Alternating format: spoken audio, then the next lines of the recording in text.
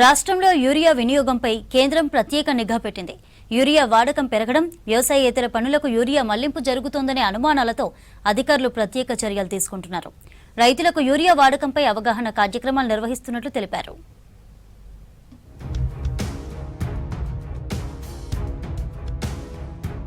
రాష్ట్రంలో యూరియా వినియోగం ఏటా పెరుగుతోంది. ఒకవైపు వర్షాభావ పరిస్థితులతో 2 సార్లు విత్తనాలు వేసుకోవాల్సి వస్తుంది.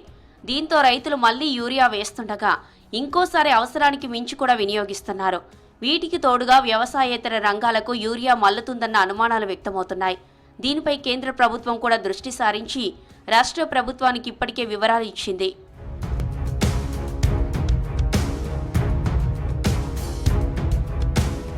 రాష్ట్రంలో ప్రతి ఏటా 15% నుంచి 20% యూరియా వినియోగం పెరుగుతున్నట్టు లెక్క తేలింది. పాల కల్తీ, పేలుడు పదార్థాల తయారీ, ఇతర పారిశ్రామిక అవసరాలకు యూరియా అక్రమంగా మళ్లిస్తున్నట్లు అనుమానాలు వ్యక్తమవుతున్నాయి. 2021-22లో సుమారు 12 లక్షల టన్నుల యూరియా వినియోగం జరిగింది.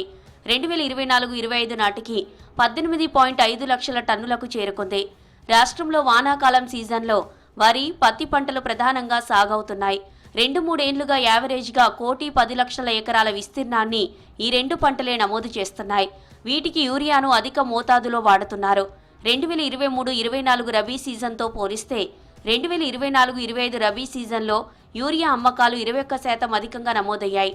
అలాగే 2024 ఖరీఫ్ సీజన్తో పోలిస్తే ప్రస్తుత 2025 ఖరీఫ్ సీజన్లో యూరియా వినియోగం 12.4% ఎక్కువగా ఉంది.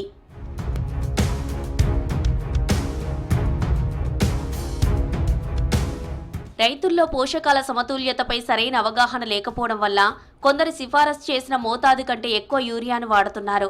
వరి పంటకు ఎకరాకు సిఫారసు చేసిన యూరియా మోతాదు సుమారు 110 కిలోలు. ఇది 3 లేదా 4 దఫాల్లో వేయాలి. అయితే అంతకు మించి 130 నుంచి 140 కిలోలు అంటే ఎకరాకు 30 నుంచి 40 కిలోలు అధికంగా వాడుతున్నారు.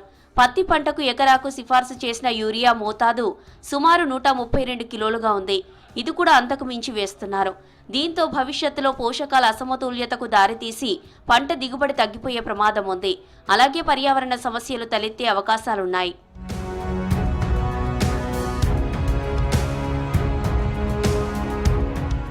యూరియా వినియోగంలో పెరుగుదలకు వ్యవసాయేతర రంగాలకు మళ్లింపు మరొక కారణంగా కనిపిస్తోంది. పాల కల్తీ, అమోనియం నైట్రేట్ లాంటి పేలుడు పదార్థాల తయారీ, ప్లాస్టిక్, ప్లైవుడ్, రసాయన పరిశ్రమలకు యూరియా అక్రమంగా మళ్లిస్తున్నట్లు అనుమానాలున్నాయి. ఈ అక్రమ వినియోగం వల్ల రైతులకు యూరియా కొరత ఏర్పడుతోంది. కేంద్ర ప్రభుత్వ అంచనా ప్రకారం దేశవ్యాప్తంగా యూరియా మళ్లింపు వల్ల ఏటా 6,000 కోట్ల నష్టం వాటిల్లుతోంది. తెలంగాణలో కూడా ఇలాంటి సమస్యలు ఉన్నాయని భావిస్తోంది.